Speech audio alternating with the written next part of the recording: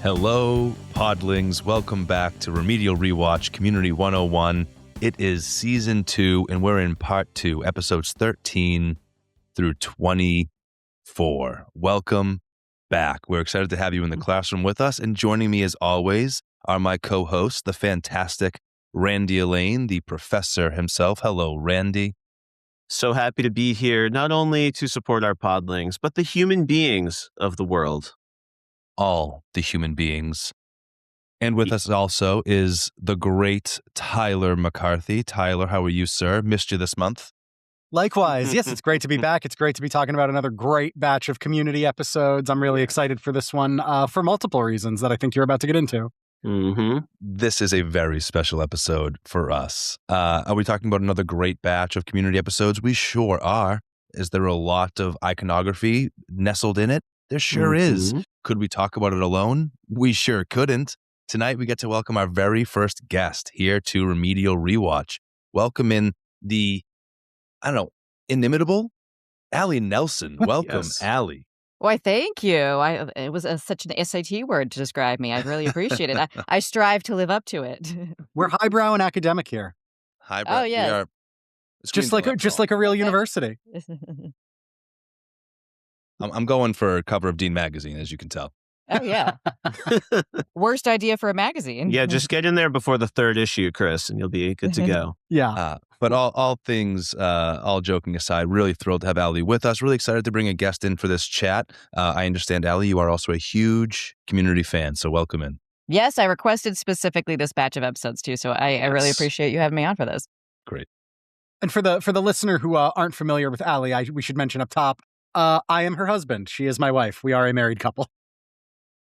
Geez, clingy. So I'm going to tell a story about you seeing these episodes for the first time later, and I'm excited to... I just want context for our listener. Oh, I guess otherwise it's creepy. Yeah. I wasn't sure. It was your story to tell, Tyler. I'm glad that you did. But Allie's not just your wife, though. She is much, much more than that. Oh, yeah. Allie, where might the listeners at home know your voice from? Tell us. What are you up to in the world?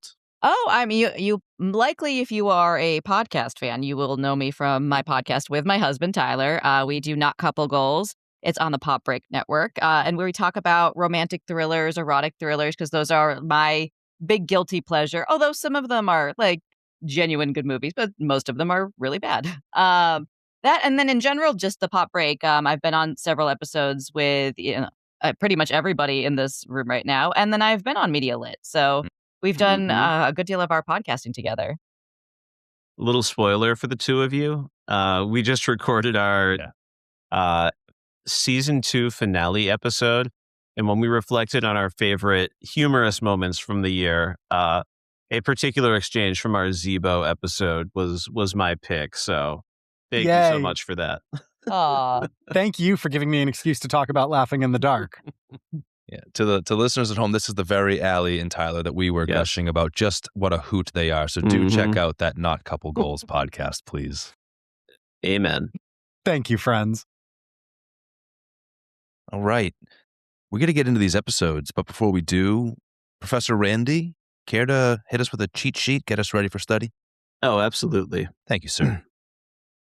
Look, we've podcasted about almost 2 seasons of this show now, and yeah, in that time, I've given a lot of synopses, but they all have one thing in common.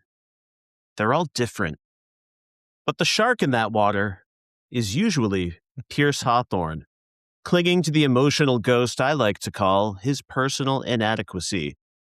Because the real bugs aren't the ones in those beds. They are also Pierce Hawthorne. He really is the worst. So maybe we are caught in an endless cycle of screw-ups and hurt feelings, but I choose to believe it's just the universe's way of molding us into podcasters who truly understand that Pierce Hawthorne absolutely sucks. A group of podcasters fully prepared to unpack each atrocity Pierce Hawthorne throws our way. And I don't know about you, but I'm looking forward to unpacking every single one of them. Thank you. That was delightful. Randy. That was great. If I could get on this desk right now and give you an "Oh, Captain, my Captain," I would, because that was just tremendous. You know how I Thank you feel kindly. about Pierce. It's like you reached into my very heart and just gave it a little massage with that. Thank you. Anytime, bud. That was great. And then I get the reference. I see it. It was terrific. And yeah, it's apt too, because I think the running theme that we're probably going to talk about a lot with this batch of episodes, it was Pierce's, and let's face it, subsequently Chevy Chase's full visible front-facing turn toward villainy. Yeah. And also attempts to humanize him quite a bit and make him a character in his own right, as opposed to just someone who was too good to be there. I think there was a lot of shuffling going on behind the scenes, which I think after that, I mean, tough act to follow, Randy. Great work as always. But I think now let's get into our segment before we get into the real meat of the episode, which is I See Your Value Now. I want to know from both Randy but we'll start with our special guest because she's my wife and you guys are just going to have to deal. Allie, tell us about your experience seeing these episodes for the first time. When was it? What were you doing? So I did not watch Community when it first aired. I was in college and I was joking with Tyler the other day, like saying like I was too busy doing drugs and partying I really didn't watch a lot of TV at that time because I mean, I was genuinely busy with school. It wasn't just the drugs and the partying, but that took up my free time. So I don't think I even like sat and watched. I remember seeing 30 Rock because I would get them on DVD, but I wouldn't sit and watch we didn't do like TV nights or anything because I went to school in the city and I feel like we were very much like either you were kind of drilling your acting homework because I was an acting student or you were out on the town doing stuff. So I saw it probably it was 2015 when I started watching Community and I was very lightly into it. I think maybe about third season when I met Tyler actually. And I think that was part of what he got really excited because Community just happened to be like on my TV when he came over very early on when we were dating. And I was sort of like, oh, this seems to be like a big seal of approval for him when it's just me watching a show. But I mean, I genuinely was excited by how good the quality was of the show because there's so many.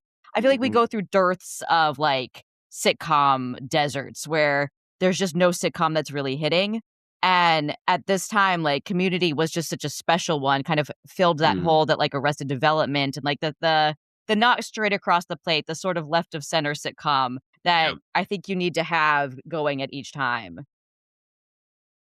Yes, and that was the story I was going to tell. I remember very early on, Allie, you were just a series of green flags to me. But around the time, we started doing like staying over at each other's apartment and stuff like that. I remember you were How dare you? Yeah, I'm kind of like I'm doing like a Community rewatch, and I do remember like having a moment quietly to myself, being like, "All right, like God, fate, what have you? Like I get it. This one's from you to me. This one's special. She's watching Community. What I see the green flags. I see the value now."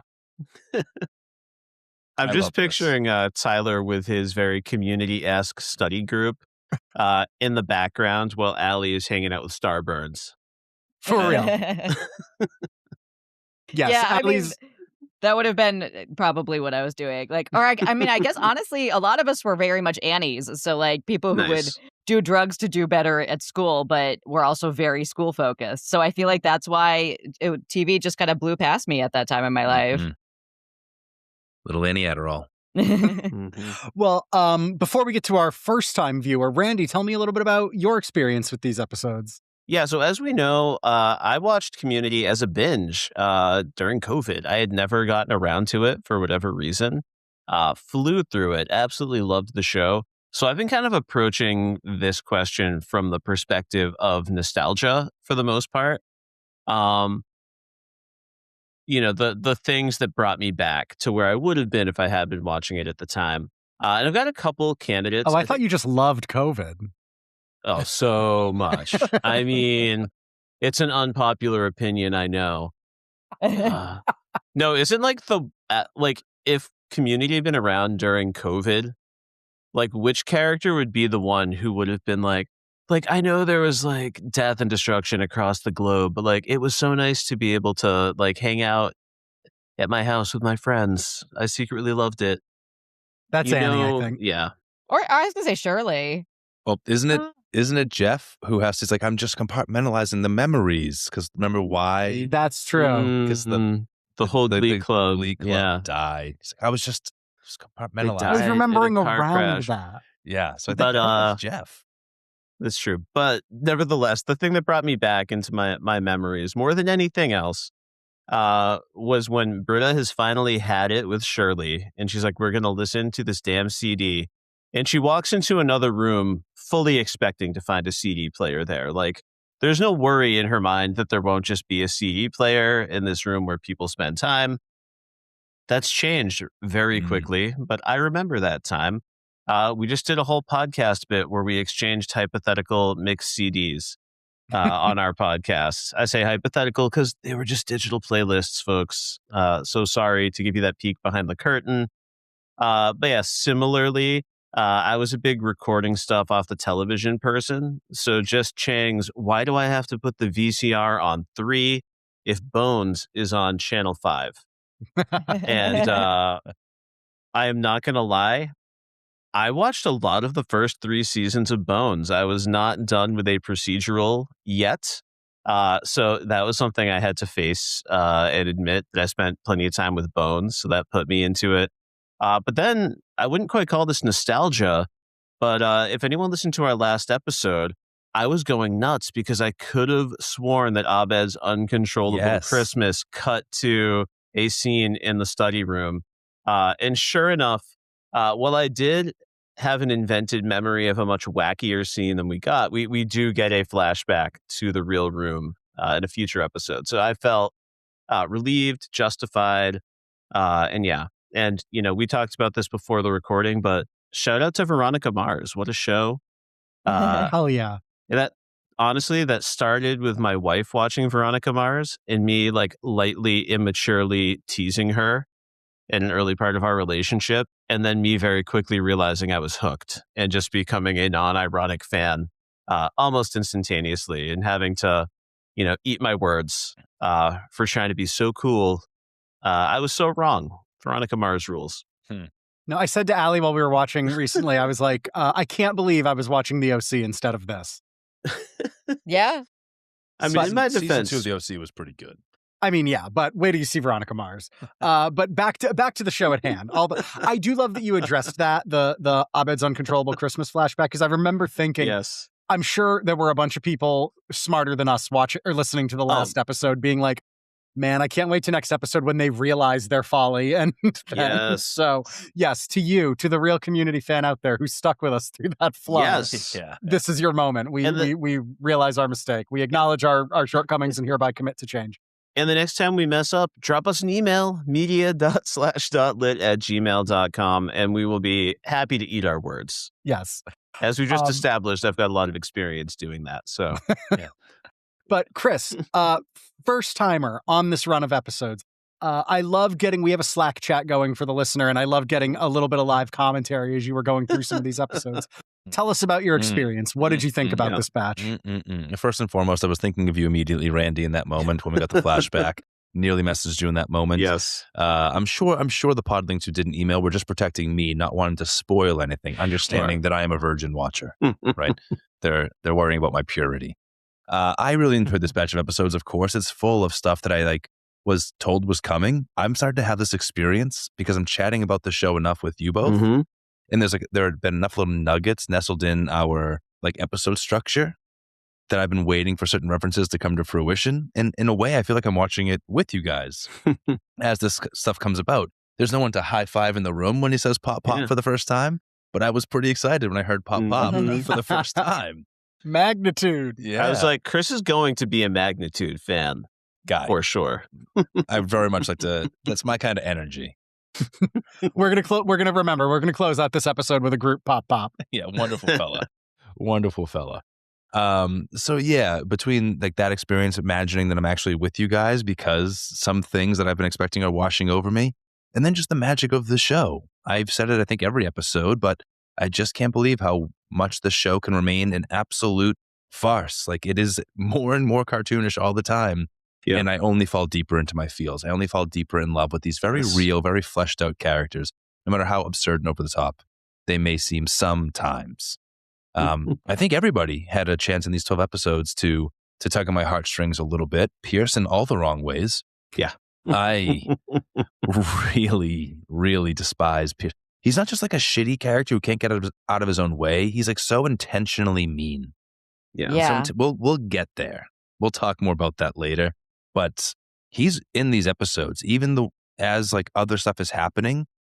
Like what's going on with Pierce in the group is kind of the driving force through these 12 episodes, right until the last moments of the season finale. So I found myself wondering if this was actually near the end of Chevy's time on the show, because it feels like they can't spend any more time with this man at this point. But I understand he's around through like season 4, even a season 5 cameo at some point. So I'm not sure what more to expect, but thus far, still really enjoying myself. You must have loved that line. What took them so long? Yes. Yes. More than the Pierce. Oh, I'm sorry. Go ahead, Kris. Oh, so that other Dean might be the only person I hate almost as much as Pierce. There you go. It was a good line.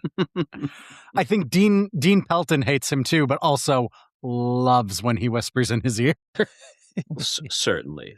I'm glad, Kris, you mentioned how wacky and kind of cartoonish the show gets. I do think it's an interesting exercise when we're finally done with the series to just go ahead, maybe actually like closer to season 4, go ahead and rewatch the pilot and see what a wacky but also kind of weirdly grounded show Community sort of promised to be. And then look at where we're at now. And it is insane. We're doing a full Western paintball episode and everyone's into it immediately. And I think for me, part of the nostalgia of thinking back to where I was at this show, I was finally actually like at a university. I was meeting my people who had their own stories of discovering Community, and like he was just sort of picking cool people out of the crowd. But I think by the time you got to the end of season 2, word was out. You know, you were either on board or you weren't, and there was plenty of people on board, which was great. The whole debate about like a show, like the style of nerddom versus Community versus Big Bang Theory, the style of sitcom and comedy, all of these comparisons were happening. But for better or worse, as madcap and weird as Community kind of gets by this point, it was season 2. By the end of it, was this interesting threshold of you're either on this team or you're not. And if you're on this team, we're mushing on to season 3. It's never lazy in its writing. It's always super intentional. And I appreciate that a lot. So, yeah. I love a show that gives you new things on a rewatch. Like I said with Arrested Development, like there's subtle jokes where you don't realize something until you've seen it a couple of times through, and you're like, oh my God, that thing was happening in the background, and there was no way I would have noticed it the first watch through. So true. Like Abed delivering a baby in the background. Yeah. Yes. Yeah. Thanks for that heads up. In this one, I never noticed before, and I've seen this episode so many times, but when they do the diorama of them building the diorama. Chang is outside. There's a little Chang outside. Yes. Brilliant. Just such a nice detail. They never even acknowledge it. That's how I knew you were going to say it. I thought Chang was going to like notice that and be hurt. He doesn't even notice. It never gets acknowledged. It's just a detail. Nothing could Chang his demeanor. Oh. It was truly, there's so much to this show that's so dense. And this group of episodes too. It's I think it's a lot of Dan Harmon, he gets to play in the sandbox he always wanted to. All the sandboxes he ever wanted to, apparently. Star Wars, everything. It's true. Like these episodes started to come out in 2011. What a ripe time for an extended My Dinner with Andre reference. Yes. We'll talk more about that maybe. I'm not sure if we will. That episode started and it was so obviously an homage. I Googled like, what is this episode homaging? In the first like 3 minutes of the episode, I didn't realize it was going to be like textual to the episode that's what Abed was doing by the end. But yeah, great stuff.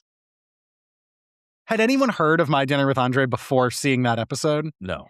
I had because it's referenced on Frasier. Yeah. It is? Yeah,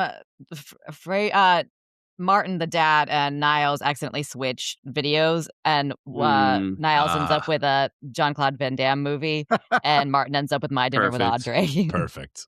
Beautiful. Yes. Okay. Well, I think we got a feel for how we were feeling about the batch overall, this watch experience, but it's time to zero in. So let's get streets ahead and talk about our favorite episode. Which episode of this batch was for you streets ahead of the rest? I'm going to go right to our guest, Allie, on this one. You get first pick of the litter. Of these 12, which one was your number one? My favorite episode of the series is the documentary filmmaking, the one with Pierce in the hospital, bequeathing to everybody. It just has so many of my favorite moments that are so just quintessential of each one of these characters. And I love like a very genuine acting moment from comedic characters. So seeing Jeff get to like some really dark places, but then just the zaniness that happens outside of it. And also just because I'm such a huge LeVar Burton fan. Yes. Like, I would probably have the same exact reaction as Troy to meet him because he was so influential to me on multiple levels. Like, Reading Rainbow was one of the things that I watched constantly as like a little girl. Like, there's never a time in my life where I wasn't aware of LeVar Burton. And then Star Trek: The Next Generation was something that I watched with my family like every week while it was airing. We, rewatch it all the time. So he just was like, he's almost like a family member / idol. So having him come in and just, he doesn't even have that large a role, but he's just so sincere and so sweet, but yet still funny in the moments he needs to be. I love it so much. Yeah, but were you a real fan, Allie? Did you have Rebop on VHS, even though it wasn't out until after you were born? I was not nostalgic at a young age, so no, I did not. I wasn't that big a fan, I guess. What the hell are you what is Rebop? Britta says that to him. Oh. Yeah, she's going to go with the most obscure LeVar Burton reference that she can, because it's the most Britta way to approach the situation. Yeah. Well, Allie, do you want to mention the thing you'd never realized before in that episode, that hilarious line that had us both dying? Oh, wait. Well, it was, I think you wrote it down because I had to pause and rewind it. I laughed it. So, yeah. It was when Pierce was talking about his father and he goes, "My father held grudges. I'll always hate him for that." Yeah. That's so funny. He says it in almost a throwaway. So this was like my fourth watch of this episode. And I just was like, that is the funniest thing that I missed. Yeah, it's really good. It is. It's such a throwaway that like, yeah, you totally would have missed it. We had to rewind it because we were both like, wait, was that the funniest line ever? And it turns out, yeah. Yeah. Great pick, Allie. I love this episode too. Anytime we get, Abed doing the straight up meta filmmaking thing, I'm here for it. I especially like his wrap up at the end where he's like given up on the concept of documentary filmmaking, but I can always just cut together a seemingly meaningful set of images to some background music and a voiceover. And when he has Annie just walking out of the bathroom and she notices the camera and then she looks confused, like, have they been watching me in the bathroom? That got me too. Well, and I also like, he talks about how kind of easy and maybe a little artless, like the mockumentary style can be. But then he says like, hey, I'm not knocking it. Like, it's effective. You can tell stories through it and things like that. And what I liked about it was like this, at this time when this was coming out, this was a not so subtle shot right at like Modern Family, right at The Office and like some of these other ones, but more specifically Modern Family. And I kind of like taking a moment to kind of be like, look, we're not trying to yuck anyone's yum here. Like, there's nothing wrong with the documentary format or you if you like it, but let's be real here. It's a pretty straight line through a complex maze. Yeah, I like that. I also love how they kind of shout that moment out in the flashbacks episode when they cut together, Annie's narrative in her head of all of her moments with Jeff that year. Oh my God! And then Pierce and Abed followed up. It's kind of the same principle. It truly, you cut anything together to make you feel a certain way. Yeah. Great pull. Great call out. Well, Randy, we'll go right to you, man. What was your favorite episode? What do you think is streets ahead? Okay, well, I had a bunch on my list, but I decided this time, instead of being cute, I'm just going to come right out and admit that it's Fistful of Paintballs. I mean, part one of the two-parter. Both parts are a blast. But this Western motif, I mean, this really successfully plays like a big budget movie. That intro with Annie is incredible. The stylistic opening credits that feel very legitimately like they could come from like just one of those like slightly off-center hip Western movies. You know, like we could probably sit here and list a bazillion like Westerns that were trying to be a little bit cooler than a stuffy old Western. Wild Wild West. Yeah. And no, but I mean, like they really landed. Like Alison Brie is channeling it harder than anyone in that entire episode by, just an absolute mile. I think Abed kind of sums it up. He says, she's pretty awesome today. Yeah. And she really is. The whole episode works. Like you can see the production value, like, and everything. It drops in part 2. Like part 2 is a blast. Love part 2. But that fistful of paintballs, committing to that bit, having Pierce Hawthorne as like the corrupt overseer of this speakeasy, where he has poor Vicky dancing on the table, although she is a dance major, so perhaps he was just supporting her in her dreams. So those. But what's Garrett's excuse? Love Garrett. No, but I mean, listen, loves Vicky getting a backstory there. And then it would work even if Josh Holloway did not mean everything to me as Sawyer on Lost. But giving me Sawyer on Lost, a property that Kris and I podcast about somewhat regularly, a character we spent so much time talking about, to get to just hop in and do this effortless, cool thing. Someone who I think deserved a big budget movie. There are so many people on Community that deserved to be in those big budget properties doing these things. Josh Holloway in his prime comes to mind. Many of the main cast members, some of these folks have elevated to those levels. But just to see them pull it off, that effortless cool and charm of Josh Holloway as the Black Rider. The Black Rider. He's never riding anything, but that's his name. I mean, it fits. Yeah, it fits. My gosh. Fistful of paintballs. I mean, it's just perfect. It's a phenomenal pick. It's a phenomenal episode. Josh Holloway stirred my soul to see him on screen, of course. And sorry to Jeff, but there's like just no comparison. Yeah. Josh Holloway is pure smolder looking at us up underneath that cowboy hat. And Jeff just doesn't have it like that. Good looking guy, but he's no Josh Holloway. Well, they tried to make him such a bad guy on Lost at first, and he was just too interesting and cool and charismatic to be like, they had to humanize him like pretty much immediately, because everyone was like, no, I love him though. Yeah. I do love the running bit of Jeff. Jeff is so insecure by another leading man type being in the mix. My favorite line is when he's just like, like Black Rider, it's Jeff Winger. I'm sure you've heard of me. No, he's lying. He's so insecure. Josh Holloway, a particularly small egg.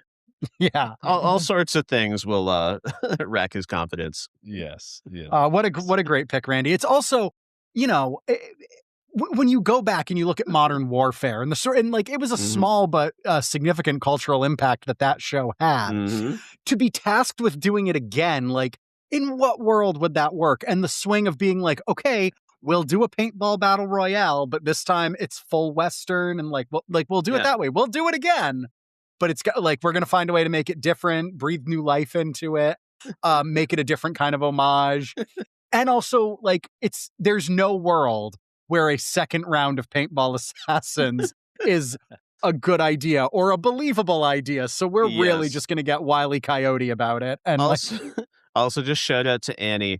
And I want pants, Jeff. We all want something.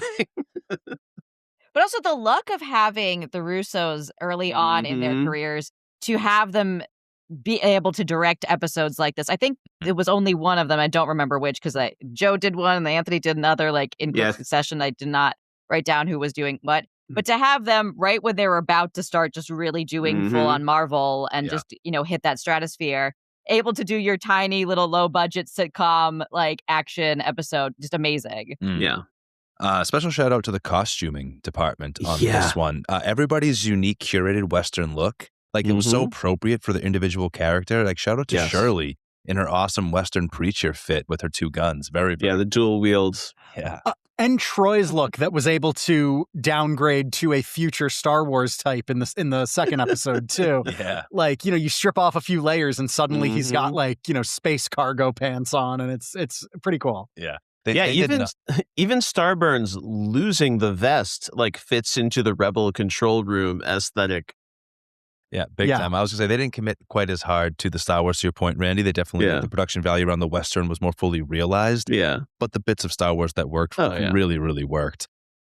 I'm here for Abed and Annie. I don't know if anybody else is in, but 1,000,000%. Annie, that was a steamy kiss or a steamy makeout that they had in the although the paint is such a turn off, like the paint getting in their mouths is like ugh.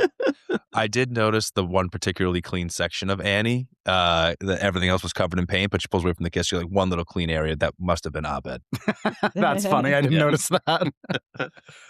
But absolutely great pick. Great stuff.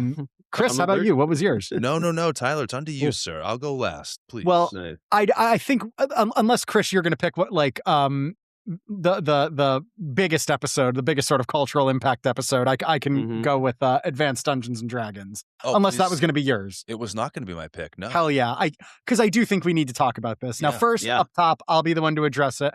For those unfamiliar, there was a scandal with this episode. Chang essentially being in dark blackface essentially to play a dark elf, got the episode pulled briefly, and then there was some talk about whether or not that was an overcorrection and things like that. We're not going to hang a big lantern on that. We're just going to brush right by it. Whatever you feel about that is valid. But the show does call it out very briefly. They do. Yes. And Chang is not on screen for a long time. They kill him off, his character off immediately, and he leaves the room and everything. But I want to say that what this episode did, I think in terms of bringing Dungeons and Dragons a little more into the mainstream that we see it in today with Dropout and Brennan Lee Mulligan and Harmontown, the creator of Community, Dan Harmon, his podcast for a while, a staple of it was a running 20-minute segment at the end of every episode where they would just improvise a Dungeons and Dragons episode. They pulled this, we'll get into it later, but they pulled this incredible guy called Spencer Crittenden, who has a podcast called That Happens, just out of the audience, and he ended up being one of the best dungeon masters in the world. I was completely unfamiliar with how the mechanics of Dungeons and Dragons. I knew it just as this ultra nerdy thing for ultra nerds. And then to see it being played on a network sitcom and see how much adventure and imagination can go into it, I think that did a lot for a lot of people. And it is also just wall to wall hysterical jokes. Annie, essentially having sex with the elf maiden who runs the Pegasus. Yes. Troy, not taking Hector the Well-Endowed. Abed just being I didn't think you were just going to pick them at random. And then, you're dealing with some pretty heavy stuff when it comes to, I'm just going to call him Neil's mental state and Jeff's guilt about giving him the nickname Fat Neil. And first and foremost, I think this is such a threshold episode where Pierce goes from a slightly unlovable curmudgeon to full on bad guy. Someone needed to sock him in the face this episode for what he was doing to Neil, to the Duquesne family, to just the group dynamic. He was just being a bad person. And I think it was really good and sort of the first stepping stone of maybe some behind the scenes being Chevy doesn't want to be here. Chevy is an antagonist on screen and off. Let's see what we can do with that dynamic. Let's adjust. Yes, we brought him on to be the, Barney Fife of the group, just the lovable, older, demented guy. But now he's a villain, and let's see what we can do with that. I just think there's so much in this episode that works for Community. And you want to talk about just genre episodes, Fistful of Bullets, Modern Warfare. They did a fake clip show this episode, but just a theater of the mind Dungeons and Dragons episode playing out on screen. Yeah. It's bold and it works. Absolutely great pull. I loved this episode. Shout out to Neil. Brilliantly performed. Yeah. I couldn't believe how mean Pierce was. Again, the look of villainy on his face, his willingness to furrow his brow and no, I'm trying to hurt people here, including this kid. Why? Because he's at the table and I'm not. And for that, I'm going to hurt this kid. That was awful. Hate Absolutely. Pierce. But the other thing I love about it is Jeff is also constructing this game to protect his own feelings, his own ego, his own guilt. And that's fine. I actually appreciate that he's trying to reach out. But what I love about it is that at the end of the day, Neil saves himself. He's appreciative for this game, but he's the hero within the game. He's the one who steps up. He's the one who manages, for lack of a better word, this bully. He steps up. He handles it. And it's because, like you mentioned earlier, Kris, every episode is written so intentionally. They knew if they were going to torture this guy, call him Fat Neil a zillion times, they knew he had to be the hero, and he really is. Yeah. And I'm grateful they didn't go all the way to subverting Jeff's purposes. To your point, it definitely colors it differently, knowing that he's the one who gave the nickname, which was the impetus for his interest and therefore guilt. But he isn't trying to save himself, right? It's not like he's trying to protect people from finding out. He's not trying to preserve some sort of image. It's like ownership. It's like this sense of like, I have done this. It's my responsibility to try and make this right. And that's more admirable than not. I was glad they didn't all the way subvert what was a good moment for Jeff. And that's Jeff's arc. Yeah. Yep. Yeah, Jeff 2 years ago would have given himself a little pep talk and explained away that this isn't his responsibility. But now, he gets it. He gets that he can't be this kind of person. Yep. He also can look across the table and see what being like that adds. But sorry, Allie, go ahead. He still gets those little moments too, though, where I love when he goes, "What am I not good at?" And then Britta goes, "Sex," and he looks at her really quickly, like, "What?" Yeah. We rewound that moment a couple times too, because that's a great moment from Joel McHale. She just says sex so quickly, and he's like so high on himself, and then leans forward like, "What?" Yeah, yeah.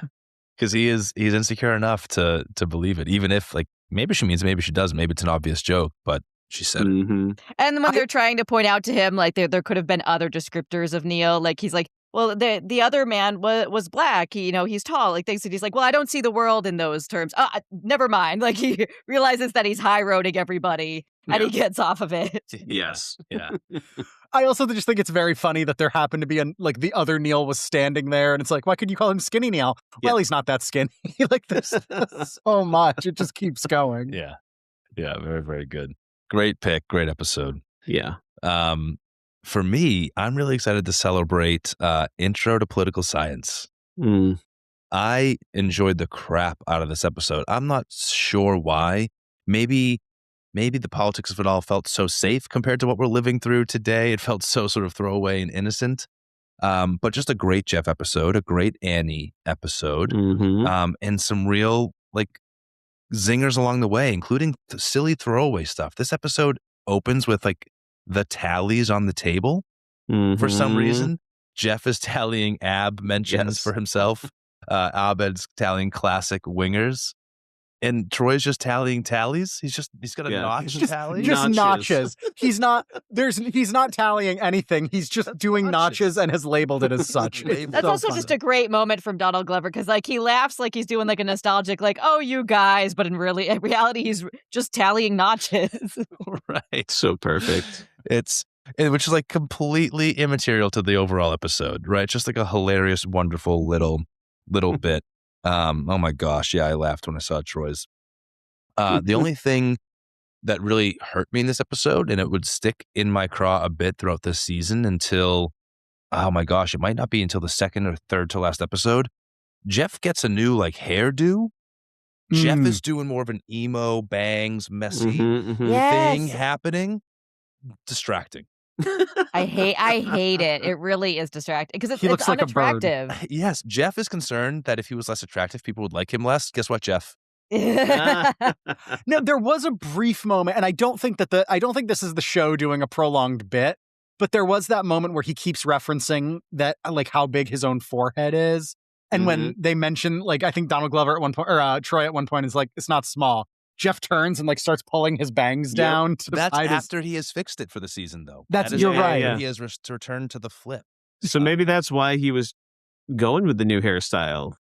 He was trying to hide his self-consciousness about the forehead. Maybe. It's particularly egregious in the My Dinner with Andre episode. He's also, this was back, and I remember too, Joel McHale was very much an adopter of the very brief early 2010s fad of men in, like, ultra skinny ties. I remember. There was a lot of that as well. But yeah, the haircut does not work. Yeah, very distracting throughout this episode, but that's okay. He's being an ass. It makes him seem even more like an asshole having that haircut as he's, like, subverting Annie's hopes and dreams in this episode. I really enjoyed the run through of all of the candidates. You get Troy and Abed doing the political commentary thing. Like they're on incredible. I have a screenshot of every single person's title card as they came up on screen because I was just so enamored with it. Annie Edison, boobs? Yes.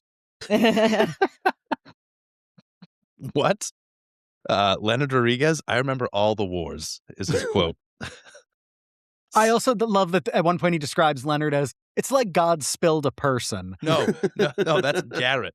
I have. Oh, that's Garrett. I'm sorry. It's Garrett. It's all he says about him. Garrett, guy's just a mess. It's like God spilled a person. Yes, I'm sorry. Unbelievable. Knocked me out when I saw it. But Vicky's title card it just says Vicky. Yeah. And like, fortunately, I was like taking pictures of my screen as I was watching. So the captions are on the screen. So I have like whatever Troy or Abed were also saying. And Abed's just like, hat, yellow shirt. That's all Vicky is. You really do get sparkling commentary from Troy Butt Soup Barnes, though. Yes. Butt Soup Barnes. That's really my name. That's my name. I love it's horrifying. Like Annie really destroys Jeff. I was almost like relieved after the fact when she goes and she finds him, and he like does the thing where he's hiding, but he's not really hiding. You know, are you in here? Yeah, to be alone. Yeah. But she like pretty quickly is like, I didn't know it was gonna be that bad. So she had like somehow got her hands on this tape, but had not previewed this tape. And I'd like to believe that Annie maybe would not have shown the tape if she had actually seen how very, very embarrassing it was. Oh, I think she watched it, and that's why she was so excited to show it. You think so? I do think he kind of deserved it. Oh, yeah. He could have told her he didn't want to hang up the flyers, and he didn't have to take them and duct tape all the entire stack of flyers, blocking even the first one from view. It was such a dick move. Yes. Great piece of visual comedy, though. Absolutely. I think he totally deserved this. No, he deserves every bit of it. It's only for Annie's character that I was great. Thinking maybe she wasn't so cruel. And quite frankly, even he knows it because he's quickly like, "No, you meant to," and game recognized game. That's more or less the. I'm a jaded adult. I'm a jaded, sad adult. He says. I love them finding a way to do a Jeff and Annie story that doesn't lean romantic because they played with that and they do have such good chemistry that it's like you don't want that to fall by the wayside, but you also don't want them to get together. So I think this was a really good step in the right direction. Agreed. I did write that down here. I wrote, leads to a really lovely chat. Still not sure about this unresolved tension with them because in that moment, like they are going to maybe kiss. But then when Annie is remembering later on in the season, all of the moments she thinks she shared with Jeff this season, that's not one of them. Will they? Would they? Should they? Yeah. And then last but not least, in the background of all this, once again, you just get a great Abed side plot. It's like him and the special agent who's falling very quickly in love with Abed. Shout out to actress Eliza Coop, a Happy Endings alum. Yep. Terrifically funny. And he drops like the napalm recipe in order to get himself on her radar again, which like shout out to Fight Club. I don't know if anybody ever read Fight Club, but I remember as a teenager being like, I know how to make napalm because I read Fight Club. Oh, wow. So that's from Fight Club? Like they... Podlings at home, if you don't want to hear this, plug your ears. No, the recipe's different in Fight Club. It's equal parts orange juice concentrate in kitty litter, but a similar recipe. Made me think of... Speaking of orange juice too, I shout out to Troy just as soon as the camera's cut being like very like diva-ish behavior. Like, get me another orange juice, freshly squeezed or so help me God on. No, doesn't he say apple juice? Because I remember thinking like, apple juice. Freshly squeezed apple juice. Which is such an egregious thing to ask for. Although, Kris, I don't know if government watch list is the best way to get new listens for the podcast. Hey, buddy, listens are listens. They all are. We're probably on it anyway. Yeah. Also, I mean, the only thing I would say we shouldn't do is this government is so incompetent they might not have known that, so maybe we shouldn't be giving them tips. We've now taught them something, unfortunately. Fair enough.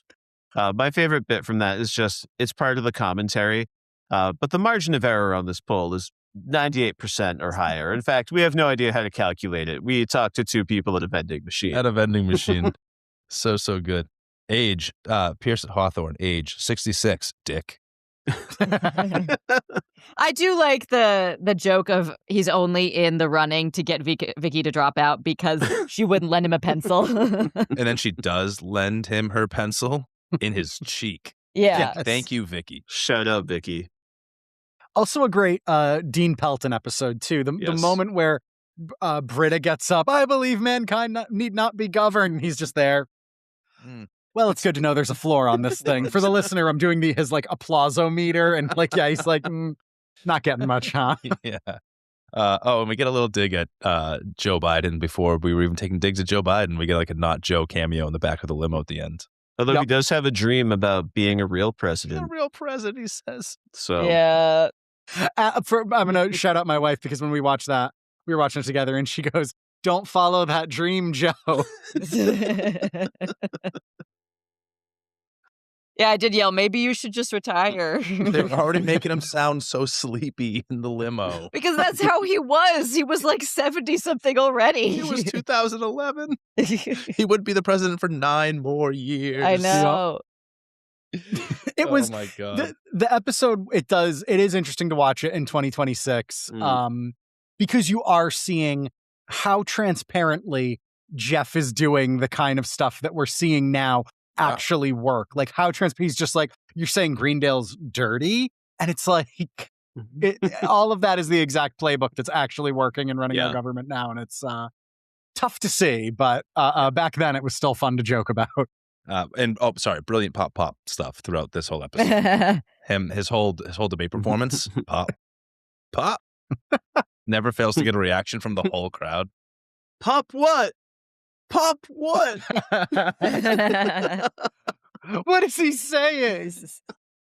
It's so. I do like ultimately the way the dean is announcing who won, and he's so excited. He's got so much energy, and the winner in a landslide is South Park. Oh, come on. Also, how disappointing he is to reveal there's been 11. He's like, with 11 votes, come on, guys.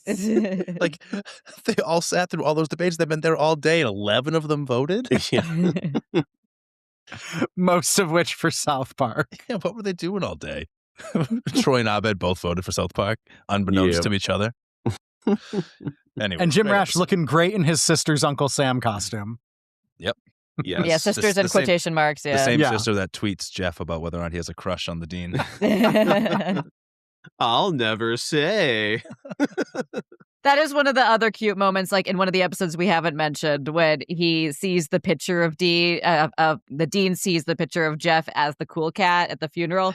And then goes, oh, and then just takes it and walks away. He says, whoops, and just steals it. Well, actually, that might be a good note to ask for a little help from you guys, because I need help reacting to something.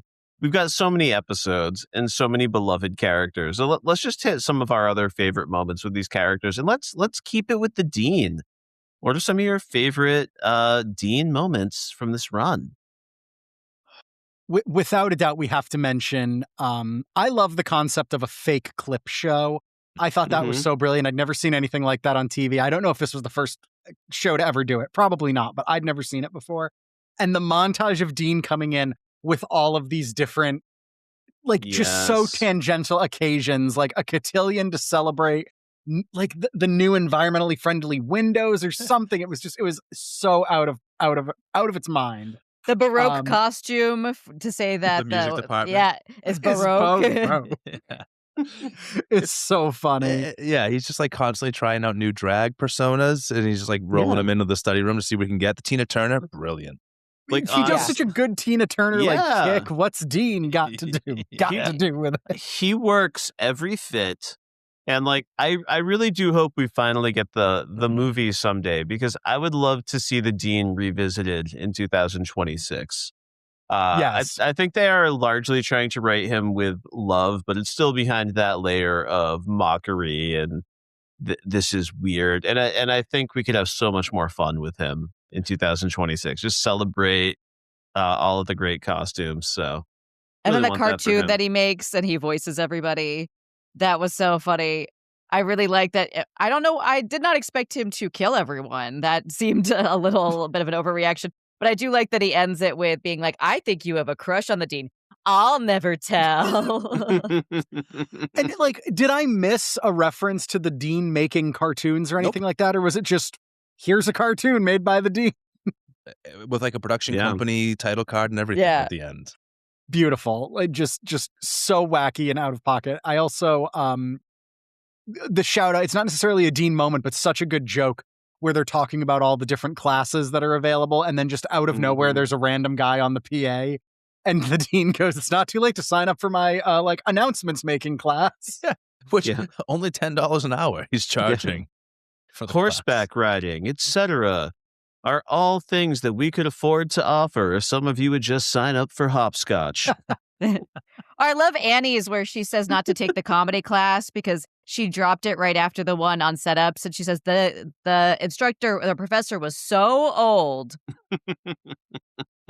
Total silence. Yes, just that long silence. They click the camera to everyone and just no one's biting. It's so funny. Yeah, Dina-ling-a-ling is one of my favorite things. His sister's Uncle Sam costume might be my favorite look of his for the season. But I really loved his vulnerability in applied anthropology. Yeah, the dean is a hilarious character who's only after really one thing, and that's the dean's happiness, the dean's glory, right? Yeah. And I really enjoyed how scared he was. Then he gets the cover. That's good. Is that bad? One of only 2 issues of the magazine that will be released. I also love his outfit in A Fistful of Paintballs, where he's got the little like tied up like cowgirl thing. The little like, it's not a pearl handled revolver; it's just like a pink handled revolver. Yeah. And he's saying like the code or the key is in his pocket, and he just kind of like subtly pushes a step forward. Yeah, I'll get it. I guess I get it. Brave Dean showing a lot of skin for a paintball tournament. Yes. When he gets lit up, I couldn't help but think that hurt. Yeah. And Jim Rash, hey, not to objectify you, but whatever you're doing in the gym is working, man. You're hilarious and fit. Mm-hmm. Yeah. And I have to say too, when he's got like the makeup on for the what was it, the Carnival celebration? Yes. Mr. Pelton, you look beautiful. Yeah. It was a belated Carnival celebration. Like, they have to have it. They can't let it go. No. Yeah. No. When he does he interrupts them when they're about to start studying, and they're all so happy for the interruption. He's so genuinely touched in that moment. I was really happy for him. Because they're so rarely happy to see him. He's great. I think it was so clear from season 1, like they've got something here with Jim Rash, with the character of the dean. They're onto something big. Season 2 was a lot of, let's give him a little more. And like, no spoilers for you, Kris, but season 3, they're fully like, all right, Dean's a character. Nice. He's around more, which is beautiful. You love to see it because he's so talented. Yeah. Perfect. Well, next up, which moments changed the most for you? I love, and it's only because it was a later episode, so I watched it earlier today. The joke where it's some physical comedy where out of nowhere, he's in the study room pre-greased to go in the vent after they notice Annie's boobs. And then I think it's so funny that he's got the thing of Vaseline and he's being really cool about how he's about to go in the vent. And he kind of just like tosses it to the side and no one catches it. In fact, they actively get out of the way. And then later on, when he dives from like 10 feet away and you just like the camera cuts and you just see him go like a Mario like pipe. It was so funny. Did you all catch the Watchmen television series? Yes. They had the lube man with the silver suit, and he does that same move. I think they got it from Community. Yeah, certainly did. Wouldn't be surprised. The Annie's boobs is the only person that he holds memories with for the fake clip show. So he cuts them in the vent. He's just slapping them in the head. But it has that like sweet music in the background, which I think is hilarious. Yeah. Little Sarah Bareilles. Sarah Bareilles, that's who it was. Yeah. And it's also so funny. Oh, go ahead, Allie. No, you go. Well, I'm curious if the sound of the monkey slapping him was ADR'd because it's loud and it seems painful. It's a hard slap. I'd like to think they wouldn't have let a monkey actually beat him up. I don't know. It looked like the monkey was like looking for like cues. Like the monkey was like slapping, like look for its next like trained cue. Yeah. I think those monkeys sitting on him and slapping him. My favorite Chang moment from this batch of episodes is in the where he comes out as drugs after Pierce has ruined, like where the kids love drugs because Pierce was really mugging it for them. And so he comes out to be the heel version of drugs so that the kids will hate drugs. And the middle schoolers just beat the crap out of him. And at the end, after he's been beaten up, Shirley's complimenting him. And she's like, good job, Chang. And he's like, oh, well, I'll let Chang know when you bring him in. Or he says something to that nature. And he has this creepy smile on his face. And you can tell that he doesn't know who he is because he's been beaten up by these children. Yeah. I just look, Ken Jeong holding a creepy smile and just being out of his mind. It just works so well for me. Yeah. I think I called out before that I loved this shift from him from like being villainous to just like a chaos agent. Just, like pure chaos. Chaotic neutral even. I don't think it's chaotic good or bad, just very chaotic neutral. I loved the birth sequence in applied anthropology when he's running through his ancestors and all the various ways that they were born, but they like stuck it out. It was like both hilarious and like heartwarming. It's like working for Shirley in that moment. It means a lot to Chang to be able to do that in that moment for Shirley, but it's still Chang, so it's totally absurd and off the wall. Well, at one point references that some of them were raised underground for 5 years. Yeah, most Chang spend their first 5 years underground. And it's such smart writing too. Chang has to be a wild card, like out of his mind. One of my favorite lines of his is like when he's kidnapped the two children essentially, and Jeff is like, "What is wrong with you?" And he's like, "Newsflash, Jeff, I'm nuts." Like he's, but to the way that his insanity is comforting to Shirley in that moment when she's scared about the birth of her child. Or when Annie and the group need to teach these kids that drugs aren't awesome. Like his insanity works in his favor and makes him kind of a good guy. It's such a cerebral line to walk, but they walk it so well so many times. Shout out to Ben Bennett. Yeah. Oh, yes. God.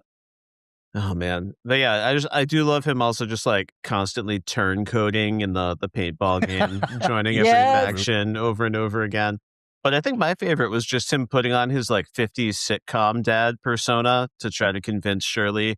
He's got the pipe with him at all times, and I really enjoyed that. I wore the shawl collar cardigan tonight because there were two great cardigans in this batch of episodes. One on Chang and one on Abed in the dinner episode. He's got that great shawl collar going on. I love the turncoating as well. I like when he gets shot by the like machine gun and just so all over, and then he's like, "Was I hit? Am I out?" All right. Speaking of wild cards, speaking of chaos, we've talked quite a bit about Pierce, but is there anything more we want to say, either about his villainy or in the moments where they tried to humanize him? Can I take you through a little journey that I had with competitive wine tasting? I want nothing more. These are real-time notes. Finally. I'm already laughing. Finally, his dumb bangs are gone. That's Jeff. Wow, all-time rejection of Jeff. Is she going to go for Pierce? I'll vomit. I hope it's all set up by Pierce. I fucking knew it. Still hoping for a setup, but questioning since it seems Jeff is meant to learn a lesson here. Still suspicious she hasn't, that she passed in the green card wealth test. Damn, not a setup by Pierce. Now I have to feel bad for him. And Jeff does have to learn a lesson. Damn. It's really the only episode where like, it's like, oh, Pierce, you're like being normal for a second, where he's just like authentic with Jeff. Where he's just like, hey man, yeah, I was using her, she was using me. People do that. Yeah. But I was going to get laid. That is the tragedy of Pierce, because we've seen this move from him before with his stepdaughter the previous season, where he's fully aware that she is manipulating him. Mm-hmm. And that's like the only currency he has to feel affection. And it is pitiable is about the nicest thing I can say about Pierce. But it is his MO. It is in character. It's this odd sort of tug of war that Pierce has internally where he is so clearly a very lonely guy and then reacts so antisocially and villainously to being excluded from things. Mm-hmm. And it's kind of like you should be focusing more on when you are included instead of when you are excluded. But yeah, it's the He might need a therapist. Yeah. Although, Kris, did you enjoy the final twist there where they actually go out on the date? Yeah. Because they actually are awful. Yes, I really thought that worked. And like, yeah. Because again, nobody was gaming. Nobody was doing a bit. It was just like authentic. And it totally worked. So he can be such a hard to watch character, like, especially, at Dungeons and Dragons. But I think part of why my favorite episode, I think, of the series is the documentary filmmaking one, is I think he's used perfectly in that episode. Because you see his pain. It's still very true to the character that he's messing with everybody. And he's at least not the complete butt of the joke yet. Like, he's getting his on everybody. But I think it's really funny, the subtle ways that he's doing it. Like, getting LeVar Burton seems like a nice thing on the surface, but it's a don't meet your heroes thing where Troy can't handle it. So it's actually the meanest thing you could do to him. Playing like the mind games with everyone. And one of my absolute favorite moments in the entire series is the way that he tells Jeff, you're going to meet your father. Jeff walks in after having like a complete unraveling outside and tells him that he's ready. And he tells him, but I'm warning you, if this is a joke, if you come out and it's you in a wig or something like that, like, I will beat you, and there'll be nothing zany and madcap about it. And when he says it, it's such a great delivery. And he walks out, and Pierce is shaken. He's trying to get the phone to call it off. And then when he actually, turns out it was going to just be him doing a silly voice, and he's in the car, and he's, oh no, don't come here, son. No, I have to go. And Jeff chases him down, drags him out, and just starts beating him up. And then he genuinely has that moment of saying, like, you all see me as a joke. And Jeff says, you're not disproving the theory. and then loses it and starts to beat him more. Yeah, I just think that that's such a perfect interaction between the two of them. And the best twist of that episode is Pierce is undoubtedly unhinged, but everyone actually does end up learning a legitimate lesson about themselves. At the end of the day. Except for poor Troy. He's just traumatized. It's true. I remember reading that it was an improvisation that he screams like, set phasers to love me. You can't disappoint a picture. And him singing beautifully the Reading Rainbow theme and then devolving into tears is like a god. Butterfly in the sky. He just runs out screaming. I also love that moment too where he does run out of the dinner that he's having with LeVar Burton, and LeVar Burton, who's been loving the salmon, goes, well, more for Kunta. Like, he calls himself Kunta Kinte. Yeah, more fish for Kunta. Yeah, because like Britta's trying to be cool with her Rebop reference, but I mean, like, Roots was a phenomenon, so she is the first to call out the Roots performance. So Britta, that episode.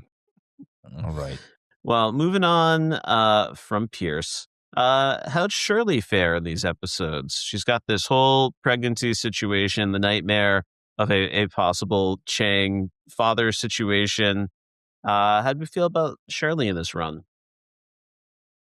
I think she had a great run of episodes. I think her being pregnant, I don't like narratively that they have to deal with her conceiving the baby during the zombie episode when everyone like lost their memory and all of that. Like, there's a strangeness to that I'm never fully able to shake. But I think she really comes into her own, and you get a lot more of her personal life and like her forgiving her husband and moving on and finding she, in the first season, there was a lot of her leaning like very annoying Christian lady. And then in this, it's like the whole first season is her kind of shaking that. And now we just see her trying to be a good person in a weird environment. And I think every time she has to, like, when she could, hang Chang out to dry for kidnapping the kids, and she's about to, and then, Malcolm Jamal Warner, is that his name? Malcolm Jamal Warner? Yes. Yeah. Rest in peace. Convinces her not to. You just get a lot of like Shirley humanizing the group in a lot of ways that I think is very fun. By the way, I deeply enjoyed Malcolm Jamal Warner in this run of episodes. Yeah. He was a great voice of reason. Considering he started out as kind of a bad dude, like he cheated on her. Yeah. Like, all we knew of him was like his non-existent presence in the background of her life as this dude who hurt Shirley, right? Yeah. I was thrilled with how much we got of him this season. I like we got that first cameo, and I thought that might be all we ever see of her husband, but grateful he was so present this year. Such a warm and familiar presence, and Andre Bennett was a great character. I liked getting to see Shirley be a badass in the overall fight, the paintball. Agreed. She's pretty much the last person standing. You know, Pierce kind of sneaks in the background, but she really tries to save the entire group, and we don't get her doing that in a lot of the episodes.